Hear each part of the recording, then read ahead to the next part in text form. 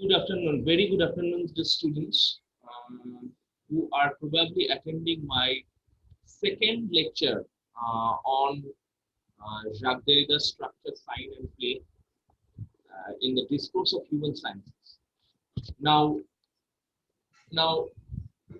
before I begin this talk, I would like to draw an analogy between how Derrida makes the language deconstruct the Western metaphysics, and how a gym trainer trains human body. So, so there is an analogy between a gym trainer and a poet. Now, what is this analogy? The analogy is this: a gym trainer makes the body do all those things that the body had not done before.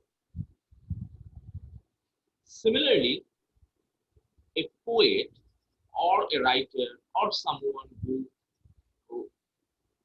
participates in the written form or in the spoken form of literature, what does it do? A writer makes the language do all those things that language had not done before. So therefore, there is an analogy between a gym trainer and you must say a poet. So the concept is that a poet makes the language bend.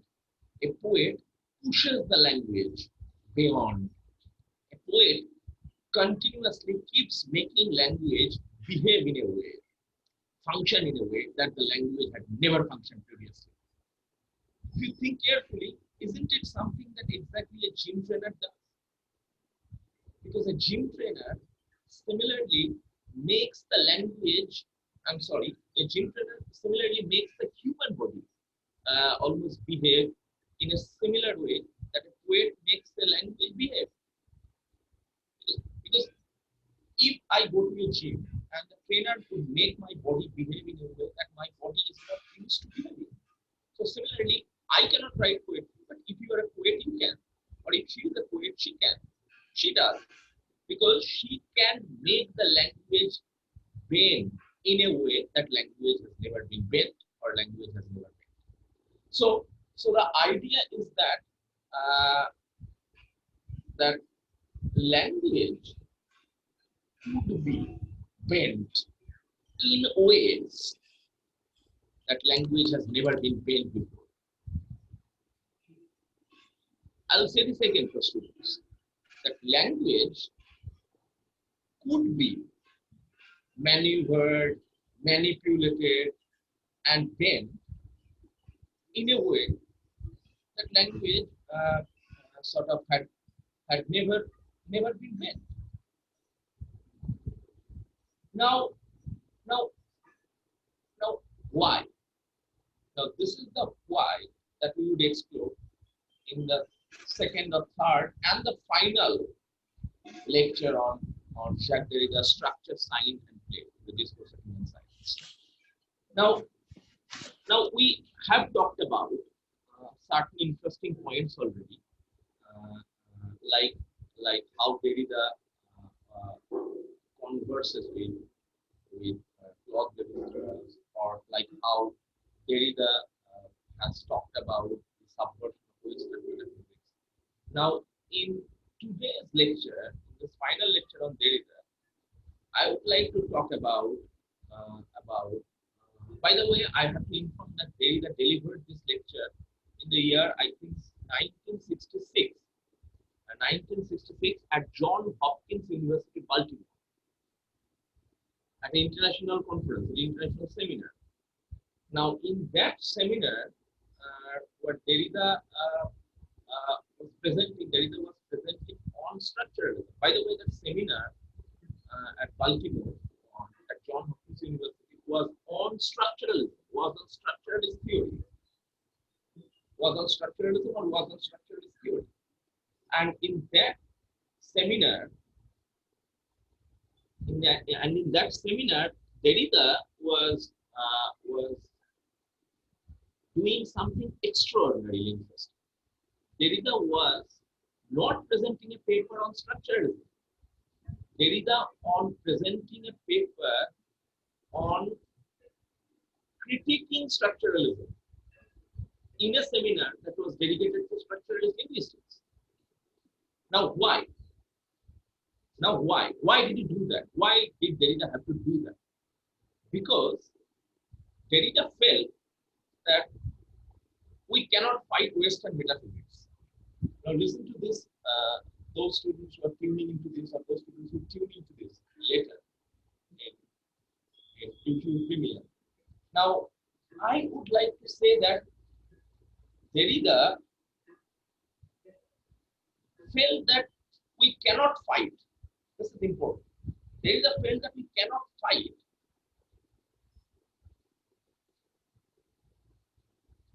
metaphysics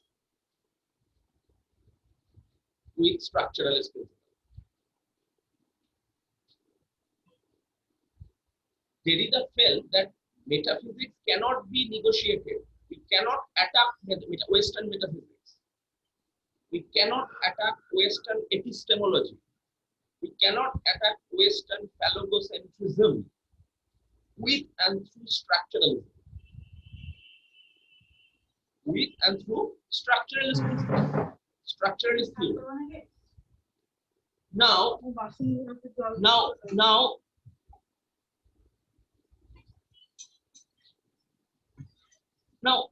I would like the students to think that why is structuralism limited, or why is structuralism restricted in terms of critiquing Western metaphysics? In terms of critiquing Western metaphysics. Now, structuralism, according to Jacques Derrida, is itself implicated in Western metaphysics. I'll say this again. It's not good enough because structuralism in itself is limited or restricted in Western metaphysics. That is to say, structuralism itself was an attempt.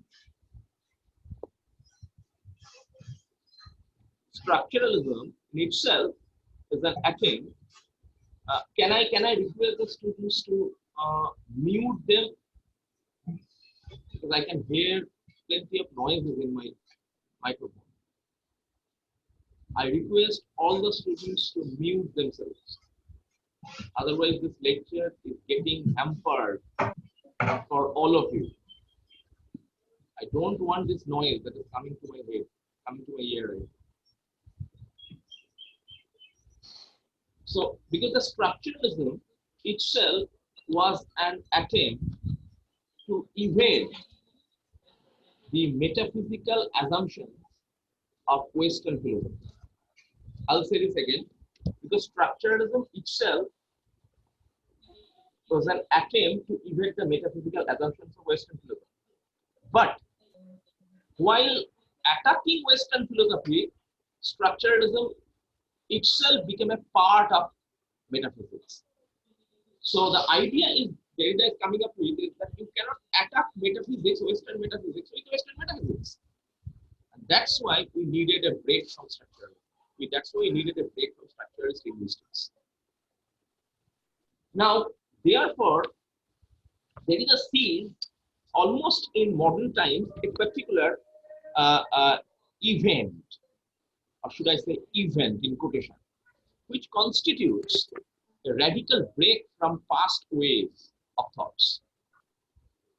And he found three philosophers who did break away from this Western metaphysical phallogocentric thought, which is always based on stable fixed center.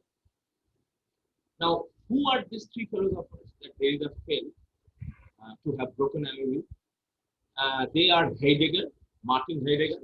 They are Sigmund Freud, and there is another one. I think I'm missing out. There, Friedrich Nietzsche. Yes, how can I forget Nietzsche? So Nietzsche, Heidegger, and Freud. Nietzsche, Heidegger, and Freud. These are the three uh, philosophers who sort of broke away, from those Western metaphysical thoughts which were based on center, which were based on stability, which were based on fixity. Now, Derrida has also used some other terms to replace fixity, center, stability, and their origin, their end, art, telos.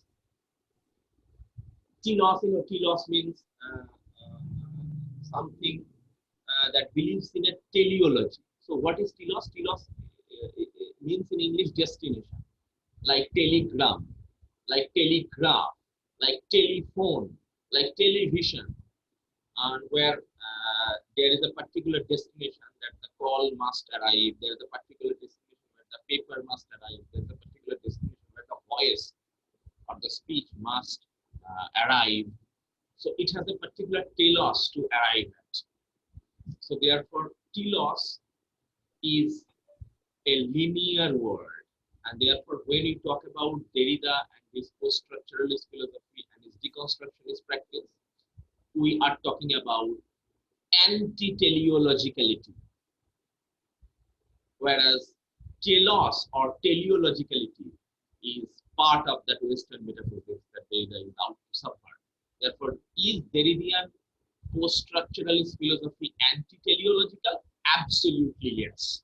Absolutely yes. Derrida is primarily, basically, an anti-teleological, post-structuralist, deconstructionist, anti-phallocentric philosopher. Definitely. And thereby, it's possible for him to subvert the center. Now, when we talk about the center, we have to understand that Western metaphysics always tries to conceal and hide the center. Now, let me give you an example. What is the center?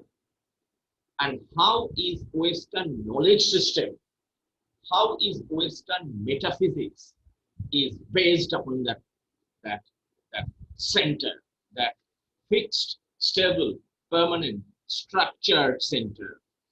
Now, for example, patriarchy is that episteme, is that Western epistemology upon which the entire power structure, knowledge structure is based, right? Now, if we find our behavior as soon as a human body is born, what do we do? Tell me. I'm asking this very simple question to all the students of honors and of English honors. That what do you do? What do I do? What do we do when we hear that a human baby is born? What do? We actually try to understand whether there is something between the legs or nothing. Why? Because if there is something between the legs, then we designate the baby male sexed, and if there is nothing between the legs, we designate the baby female sexed. Right. Now, when we do this designation, then we automatically, what's my favorite word? We automatically assume that the male sex designated baby would go on to become masculine and the female sex designated baby would go on to become feminine. And we also continue to assume. Now, I would tell my students that this kind of assumption, we assume, and this kind of assumption or this kind of assumptions, where do they come from? Honestly, where do they come from? All these assumptions. We assume if the baby is born with a penis, it is male, sexed, and then it will perform masculinity, then it will desire femininity, then it will become heterosexual, and then it will contribute to child pollution. So now, upon which do we base this assumption? Or in simple words, where do these assumptions come from? Now, this assumption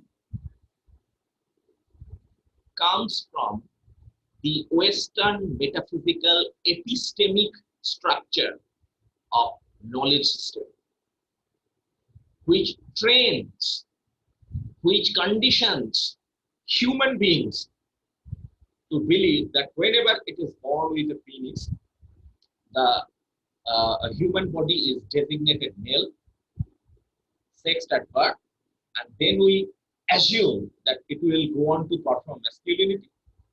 Then we assume that once it performs masculinity, it will be desirous of femininity, because we assume that all men are heterosexual, because we assume that all women are heterosexual. So obviously, if you are born with vagina, you are expected that you will go on to perform femininity. And once you are expected or assumed, that word, assumed, that you would go on to perform femininity, you would desire masculinity. Because all women are assumed to be heterosexual, all men are assumed to be heterosexual. Every human being in this planet is assumed to be heterosexual, right? So now, once we all are heterosexual, once we are man and masculine, we like female and feminine, and once we are female and feminine, we like and love male and masculine.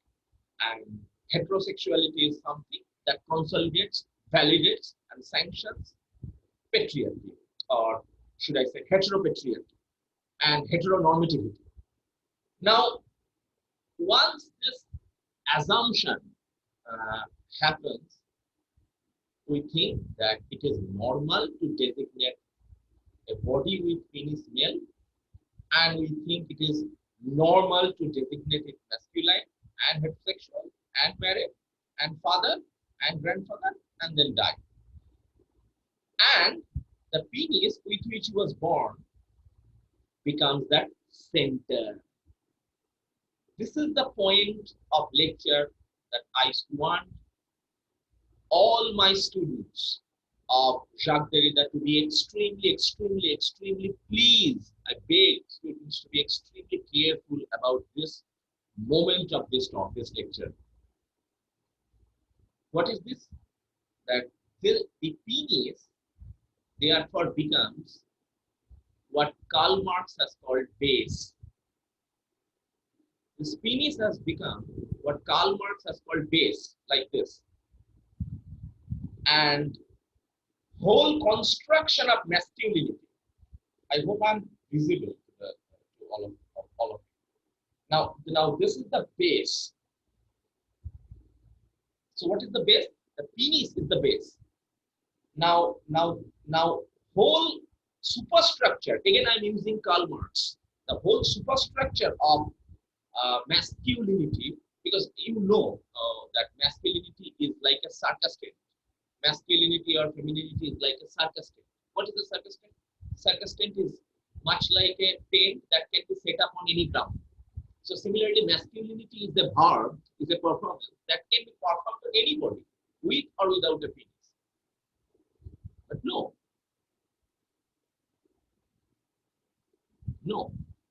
that won't. Patriarchy would not have you believe this. Patriarchy would not have you believe this. Now, what patriarchy would have you believe is that the penis is a stable center. And the penis is a stable center. And what happens is that no one can challenge this. So therefore, if we can stabilize this epistemology of male genitalia, then we can build the entire foundation or the superstructure of gender on it. And once we can build that superstructure of gender on it, we can play the entire power game, the class game, the caste game, the knowledge game, the nationality game upon it, the ethnic game on it. So therefore, it has to have a stable base. It has to have a stable foundation. It has to have a stable center. And deconstruction believes in destabilizing the stability of this fixed origin or this fixed telos or this fixed, what Derrida has called, center.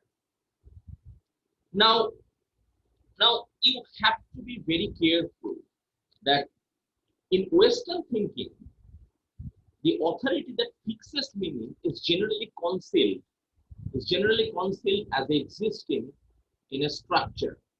Now I'm thought to be precise center which itself escapes structurality. That is to say, the center that we think stable and the whole foundation that we build on the center, the irony is that the center itself is unstable. Because the center is even built on language. Because plenty of students, they ask me, sir, what is penis? Is it not a male organ? Is it not masculinity? I say, no, it's just a language. It's just a word. P-E-N-I-S or B-A-G-I-N-A. So it is just a word. No one is prepared to understand that the center is just word. It's just a signifier like millions and billions and zillions of signifiers. It's just one of those billions of signifiers. It's just a signifier, just a word, just a language, and absolutely nothing else. Right? So therefore,